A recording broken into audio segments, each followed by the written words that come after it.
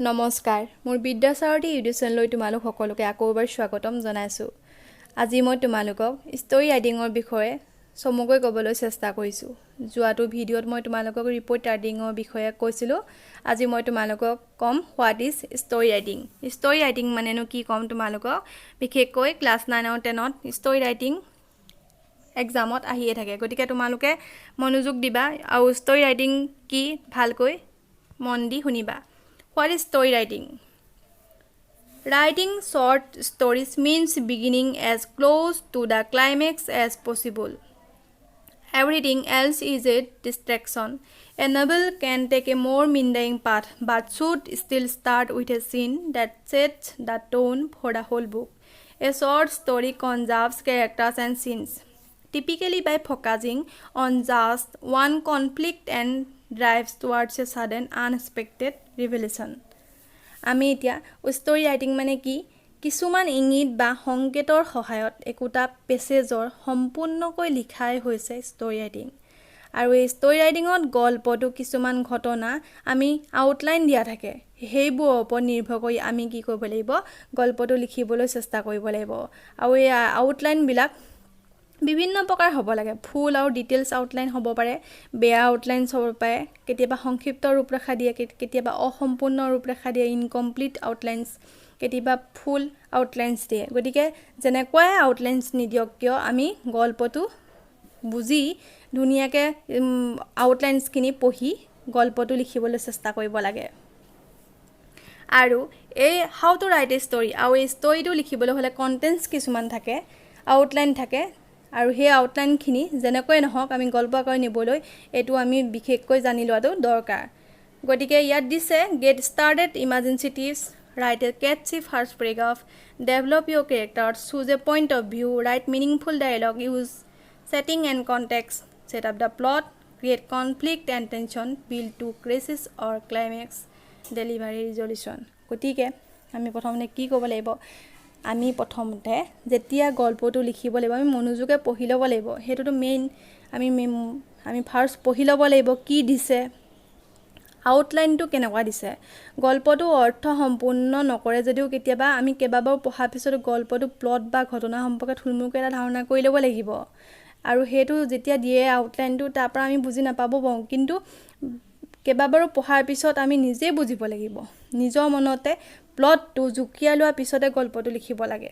গতিকে আৰু কি কৰিব লাগিব, যেতিয়া আউটলাইনবোৰ দিয়ে সেইবিলাক গল্পটো লিখিব লাগিব, যেতিয়া এটা পইণ্টৰ লগত আনটো পইণ্টৰ সংগতি ৰাখি আমি লিখিব লাগিব, সেইটোলৈ লক্ষ্য কৰিব লাগিব। আৰু যেতিয়া আমি লিখিম সেইটো সহজ বাক্য, চিম্পুল চেণ্টেন্সত সদায় লিখিব লাগে ষ্টৰী ৰাইটিং। য'ত প্ৰয়োজন হয় তাতহে আমি ডাইৰেক্ট স্পীচ অৰ্থাৎ কথোপকথনৰো ব্যৱহাৰ কৰিব লাগে। আৰু এটা কথা, গল্পটো লিখিবলৈ সদায় আমি টাইটল ব্যৱহাৰ কৰিব লাগিব, আৰু টাইটলটো মূল চৰিত্ৰ বা মূল ঘটনাৰ লগত সংগতি ৰাখিহে দিয়াটো উচিত। আৰু পাৰিলে আমি কি ক'ব লাগিব, গল্পটো শেষত এটা মৰেল দিব লাগিব, আৰু গল্পটোৱে কি ক'ব বিচাৰিছে তেনে এটা নীতি কথা দিব লাগিব, সেইটোকে কয় মৰেল। গতিকে টাইটল দিব লাগিব, মৰেল দিব লাগিব, আৰু গল্পটো ইমান দীঘলীয়া হ'ব নালাগে, তাৰ কোনো হেৰি নাই। কিন্তু এটা কথা, গল্পটো দীঘলীয়া যে হ'ব লাগিব তাৰ কোনো কথা নাই। আমি কি ক'ব লাগিব, 15টা 20টামান বাক্যৰ ভিতৰতে শেষ কৰিব পাৰিলে ভাল। এনেই অযথা এসোপা কথা লিখি আমি ষ্টৰীটো দীঘলীয়া কৰিব নালাগে। আৰু আমি লিখিলে সদায় চিম্পুলত লিখিব লাগিব, যাতে কাৰো আমনিদায়ক নহয়, যাতে শিক্ষকে চাওঁতে কোনো অসন্তুষ্টি প্ৰকাশ নকৰে। গতিকে আমি এতিয়া এটা ষ্টৰী এক্সাম্পল চাওঁ হা। এইটো আউটলাইনছ দিয়া আছে। Two friends were walking in a forest. A bear appeared. One of them climbed up a tree. Another friend fell down like a dead man. The bear thought him dead and went away. The former friend got down and asked what the bear had said. The latter said that the bear advised him not to believe a friend who left in danger.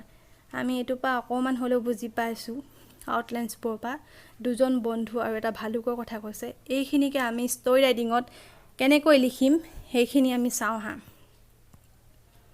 নাও the answer of the story. First write of the title. টাইটলটো লিখিব লাগিব। টাইটলটো হ'ব two friends and a bear. One day Two intimate friends were walking through a forest.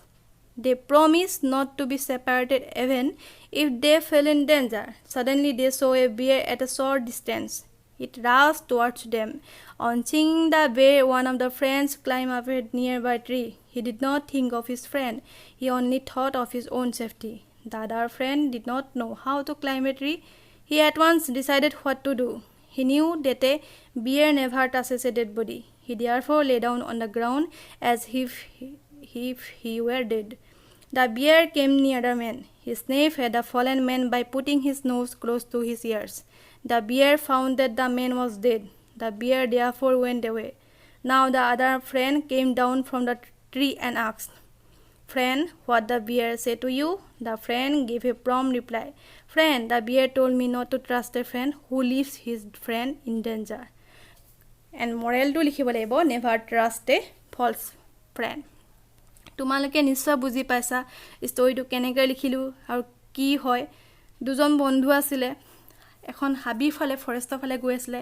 তাত এটা ভালুক দেখা পালে। ভালুকটো দেখাৰ লগে লগে এজন বন্ধু মানে কি কয় গছত বগাব পাৰে, তেওঁ গছৰ ওপৰলৈ উঠি গ'ল। ইজনে নোৱাৰে, গতিকে তেওঁ কি কৰিলে, তেওঁটো এৰি থৈ গুচি গ'ল। তেওঁতে হেল্প নকৰিলে। তেওঁ কি হ'ব ভাবি আছে। তেওঁ ভাবিলে যে বিয়েৰে ডেড বডি টাচ নকৰে, গতিকে সি ভাবিলে মনতে মই যদি ডেড বডি হৈ দেখাওঁ, মই এজন মৃত মানুহ হৈ যদি পৰি দিওঁ, তেতিয়া মোক ভালুকে মৃত বুলি ভাবি মোক টাচ নকৰিব। গতিকে সি তেনেকুৱাই কৰিলে আৰু সঁচাকৈ বিয়েৰটোৱে মৃত বুলি ভাবি তাক টাচ নকৰি এৰি থৈ গুচি গ'ল।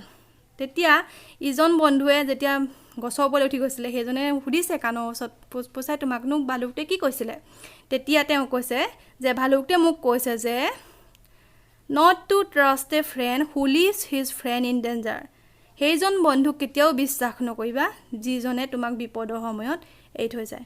গতিকে মৰেলটো হ'ব নেভাৰ ট্ৰাষ্ট এ ফলছ ফ্ৰেণ্ড। তোমালোকে নিশ্চয় বুজি পালা। গতিকে এনেকৈ ষ্টৰী ৰাইটিং লিখিব লাগিব।